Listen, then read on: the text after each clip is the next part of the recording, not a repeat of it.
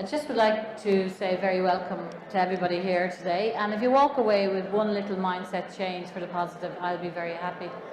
So I'm going to start straight away because there's a lot to cover. So I just want you to think about what it means to be responsible for where you are today, where you've landed, and the choices that you've made, and how do you feel about all of that. So when we talk about taking personal responsibility, what exactly does that mean? Personal responsibility involves taking full responsibility for your life, for who is in your life, and how you've ended up where you are today. My intention today is for you to learn the following, just to cover at least some of these. How to move away from the karma drama triangle, which I'm going to be talking about in a few minutes. How taking personal responsibility is a must for happiness. Exploring the reasons you choose not to take personal responsibility and what type of life is this to live. And lastly, what is your life like when you actually do take personal responsibility?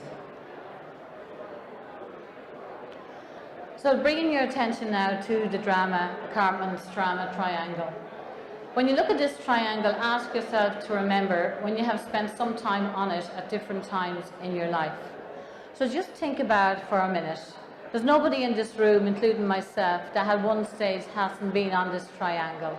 Sometimes I've been the victim, sometimes I've been the persecutor, and sometimes I've been the rescuer. So I'm going to just spend a few minutes on this as we're here today. So let's look first at the victim.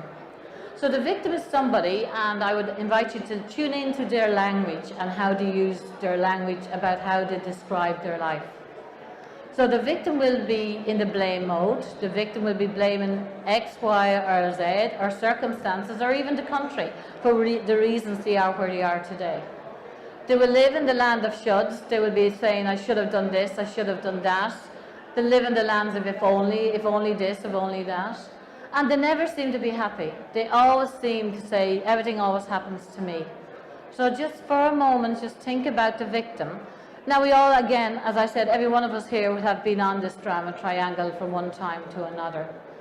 As a self-aware person, your goal is going to be to get off it, if you can, most of the time in your life. So that's the victim. We're moving now to the rescuer. The rescuer is a very interesting one, very, very interesting one, because some people say to me, I love being the rescuer, and people come to me all the time. However, I would invite you to go behind the reason people come to you. I'd also invite you to think about what way and what need are you getting fulfilled by people coming to you all the time for advice. Needs aren't good or bad, so if the need is that to come to you because you like helping them and it's fulfilling you, that's okay. But if it's a case you're always rescuing everybody and your time is not your own and you don't value your time and it's always draining you, well then you're serving the need to be a rescuer and to help other people in a very negative way.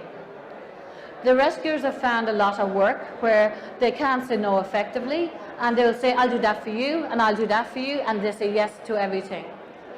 A lot of the time, rescuers don't value their time. They don't value their time because they are yes people. They think it's great, but when they sit down and think about it, a lot of the time when they're being the rescuer, they are actually drained and overwhelmed. It's not the place to be either. So then we move to the last one, the persecutor. The persecutor happens when we are annoyed about something and we take it out on somebody else. It's called displacement of aggression. So say you're at work and you plan to ask your boss for a rise, and then the time goes by and you're not really able to talk to them. So you go home and you nitpick with the person in your house, your partner, your loved one, or maybe the dog or cat, and you give out to it. That's you being a persecutor. And you persecute them over little things. And the other person says to you, what's wrong with you? I did nothing wrong. Like, what's your problem today? That's the persecutor. And we can manipulate from that position as well. And we can drive people mad. Now, I don't like when men say a lot of women are persecutors, because I don't agree with that at all, that they're always on my back and they're always after me to do things. It's not necessarily a gender reason for people to be a persecutor. Some people just have very high standards and they feed the false ceiling of egoism. And when you feed the false ceiling of egoism, nothing is ever good enough for you. So no matter what anybody does for you, you will nitpick and you'll knock it and you will give out about it. So that's the persecutor, just to be aware. So let's go to the negative side of it first. So what do people believe who have not accepted personal responsibility? So let's look at their belief system and the behaviour from that. You'll hear them say, it's not my fault, I am the way I am. Now, to me, there's a positive there and there's a negative. Accepting myself as I am right now is a beautiful positive affirmation. But if you use, it's not my fault, I am the way I am, it's been used as an excuse. So today is also about getting off the drama triangle and stop making excuses. No, if there's a behaviour about yourself that's not fulfilling yourself or others, you can change once there's a willingness to change. So this excuse, I am what I am, is an excuse. I want you to fix me. I remember when I started coaching 17 years ago, people would come to me because they didn't really understand what coaching was, and they'd say to me, Mary, if you have the answers, you're going to help me find a job. Now, I specialise in Career 1 with a 98% success rate of clarity and going on to do what you love to do. However, I never give you an answer. I never tell you anything. I ask the questions to empower you to find the answers within yourself with clarity and take action. So what I'm saying to you is, no, you can't rely on anybody in this life to fix you. Clear up your own mess and start taking responsibility. Another one you hear is, life is unfair. There is no sense in trying to take control of my life. Now, they are people, and they are people in survival mode. They are people that I really, really feel sorry for and help a lot. And these are people where they're living now in past realities. What I mean by that is, they're in the now with me, they're coming to me for coaching, but they're still living with past references, and they're replaying tapes to keep them stuck in the past. They cannot move on. They're just not able to move on. So there are people that are saying, oh, life is unfair. Life, when you hear people that win a lotto and somebody else that gets promoted, and say, oh, it's all luck. We make and create our own luck. That's another excuse. Some people are lucky. That's an excuse as well. So I'm asking you today to become aware of the different things you say to yourself where you make excuses. And then you might have somebody that says, stop the world, I want to get off. I'm on a roller coaster that never ends. And the last one is, you have to accept the luck of the draw. Another excuse. And the last one here is, how can I say that I'm responsible for what happens to me in the future, as there is fate, luck, politics, greed, envy, wicked, and jealous people, and other negative influences that have a greater bearing on my future than I have. So I'll ask you now to think about, where do you live your life? Do you live in your life in the focus of in the moment, present moment consciousness where you have power? Or do you live your life in the land of external control, where everybody else outside of you controls what you do, say, and behave? This is a really important question. If you look for the good in people, you're going to find it. And if you look for the bad in people, you're also going to find it. And if you see the world in a very positive way, you're going to create a beautiful, positive life. If you see the world in a negative way, you're going to create a very negative life. The choice is yours. And this is all linking to when you make the choice to take personal responsibility of your life. Failing to accept and take personal responsibility, you become. These are some of the characteristics and behaviours that you become. Overly dependent on others for recognition, approval, affirmation and acceptance. The one need, leaving out a hierarchy of needs, the only need you do not need to be fulfilled by any other person is acceptance. That acceptance and that need for acceptance is coming from within yourself. And once you accept yourself, you're not going to be a people's pleaser and look for acceptance outside yourself and not be true to your values. So this is all about being overly dependent on what others think of you. There's a great affirmation, which is, what other people think of me is none of my business. It's absolutely brilliant. Where does your energy go and where do your thoughts go? Overwhelmed by disabling fears. So a lot of times we go into the fear, which is a limiting belief, which is all about false evidence appearing real. So really, a lot of the time we don't take personal responsibility is because we're fearful of the unknown. And the only way through fear is walking through it. So again, it's taking the step and making the choice. Fearful about ever taking a risk or making a decision. The best leaders in the world have taken on uncalculated risks. Not calculated risks, uncalculated risks. If you ever go and read any of the books, autobiographies, or interview any of them, they'll say there is not one of those decisions that I made or that risk that I made that I regret. It has made me the person I've become today. So, with the learnings, of course. So, I mean, it is about taking risks and taking responsibility. You're pointing the finger of responsibility on others rather than on yourself. So we're coming back then to the blaming, the blaming, the blaming. Well, she said this, he said that. Oh, well, if you knew what they were like when I was growing up, this is the reason I've landed where I am today. They're all excuses. So we're going to move on to what is it like to live in the world of accepting responsibility. You're solely responsible for the choices you have made in your life. So let's just stop there for a moment and listen and tune into your own language. There are many people in the room today, and I'm not assuming this, but they want to achieve goals, they want to do different things. Think about this. What's your language like? Because it's well known, and I do a lot of neuro-linguistic programming and calibrating energy, that when you have a goal or if you have a step to take and you use the language, I have to do this, I have to do that. If somebody comes into me for coaching and they say I have to do something, number one, they're not in charge of their life. Somebody else is holding the gun to their head. Somebody else is telling them what to do, either a person or a situation or someone else. Number two, if you say I have to do something, you have no energy to do it and you will find obstacles in your way. So what I ask you to do is change the vibrational energy of having to I choose to. Coming back to choice again. Everything is a choice. In the how of setting a goal is where we get stuck because we go into the having to. When really, I want to be down 2 stone by July. So the steps you need to go isn't a having to the gym or a having to watch what I eat. It's a choice you're making. So stop.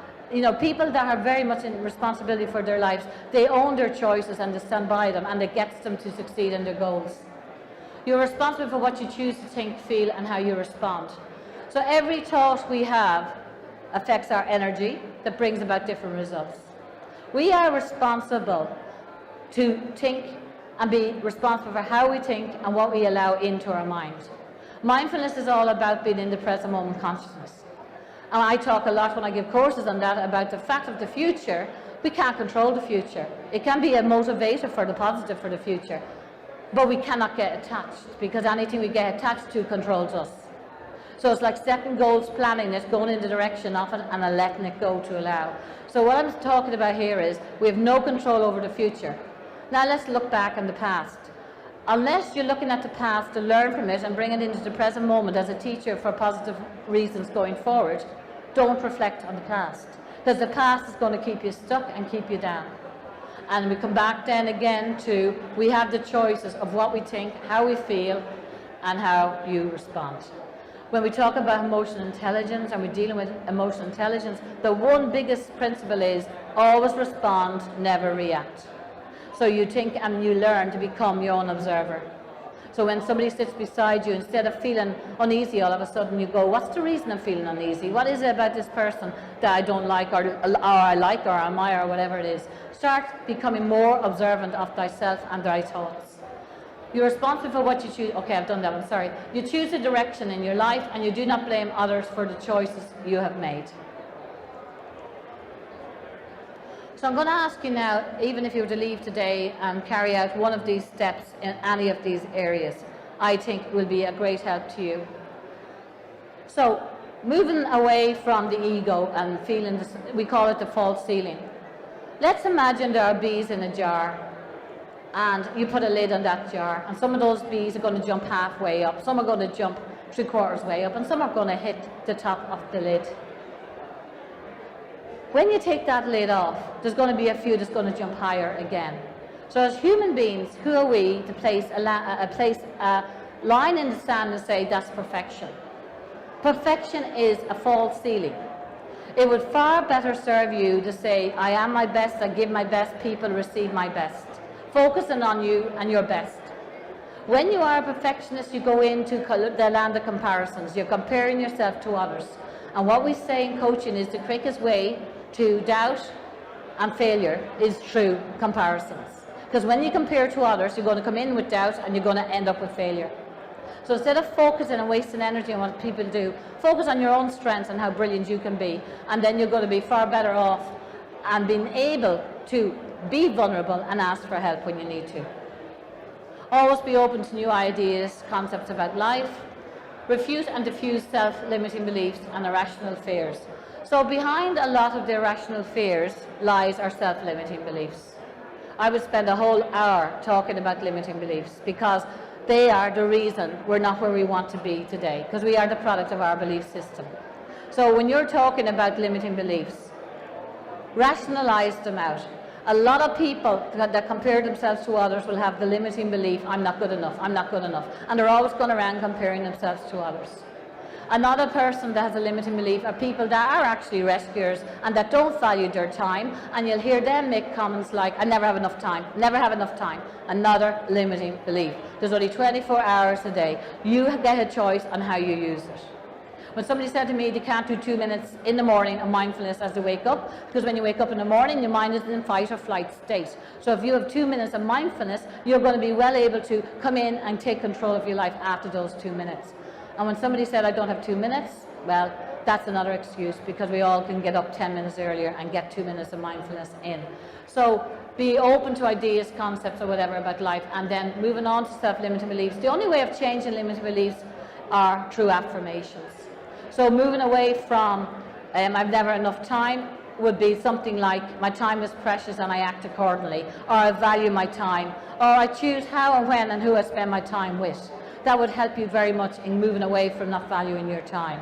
So any limiting belief you have, like somebody said to me, I'm never listened to, it came from a girl, the youngest of a family of 2 brothers and 2 sisters, and they always would say to her as a young person, you know, what would you know? You haven't got a clue. You haven't got a clue. What are you saying? So when she went into board meetings then when she was an adult, she wouldn't speak up at board meetings. And the people really believed in her, and they actually sent her to me for coaching. And I said to her, so what's the reason you don't speak up when you have ideas at the meetings? And she goes, well, nobody will ever listen anyway. Nobody ever did listen. Nobody will listen. A limiting belief that she carried from her past childhood into the now was stopping her from being promoted. That's how real these limiting beliefs are. So anywhere you feel unhappy, anywhere you feel a doubt, there's usually either limiting beliefs behind it. The same with fear. They're caused by limiting beliefs. And anxiety is the false story we tell about ourselves about the future that frightens us. They're all limiting beliefs, because we are the story we tell ourselves. Use positive affirmations. I've just gone through that. Recognize and believe that you're the sole determinant of the choices you make, and only you are in charge of the direction of your life. Become more self-aware and recognize that you can choose your responses to the people, actions and events in your life. So, an example. I like to give an example when I can. A few weeks ago I was giving a talk for VHI, a big company, and it was on stress management. And there was about 65 in the room. I'm always early, so I walked in about 10 to 1. And when I walked over to the technical side to put up my projector, and I needed that because I have lists of psychological symptoms of stress, I can't get the word out. Anyway, and cognitive symptoms of stress. And she turned around to me and she said, the PowerPoint isn't working. She said something has happened and there's no screen and you can't even use your PowerPoint. The electricity is gone from this area. And I'm going, what? And she goes, yeah. And I said, oh. And the group were staring at me because of one reason. I'm here to deliver stress management. Now, the first thing in life is nobody, if anybody tells you, I'll help you get rid of stress in your life, that's a lie, because stress can be situational. It can happen in a second. Number 2, the only thing you can do about stress is manage your responses and how you react. So I had 2 choices that came to my mind very quickly. One was I was going to fall to pieces because half my work was on the PowerPoint and wing the rest of it, or else I was just going to go into the moment and give my best to the group as best as I could. So I turned around and I said to the group, would you like me to fall apart here, or would you like me to give you my best? And we'll get through the stress and I'll get you to identify your areas and see what you can do about it. So I went into that and it went absolutely brilliant. But I had a choice there. The same way in the car, if there's traffic, you have a choice how you deal with that. You can also manage your stress. I don't do traffic, so I come in early in the morning. I don't do queues at Christmas, so I shop either very early or very late at night. You can manage the triggers in your life that causes the stress. Decide to let go of anger, fear, blame, mistrust and insecurity. So that's what's really important. You must get rid of all the low energies of anger, fear, blame, mistrust and insecurity. If you don't deal with those, you're going to always be on the drama triangle at all times. You've got to deal with these. Take risks and become vulnerable to change and growth in your life, and then stay off the drama triangle. So that's the main thing today, is to stay off the drama triangle. And I just have a quote as my own quote: it is not what happens in our life that matters, it's our reaction, attitude and the choices we make around the situation that counts. So two people in the same situation completely respond different ways, and that's what life is all about. So it's all about taking personal responsibility. So I think I've come to the end of my presentation, so I have a little bit of time for questions and answers. Let me just see. I don't know what time it is. Okay, so anybody would like to ask any questions?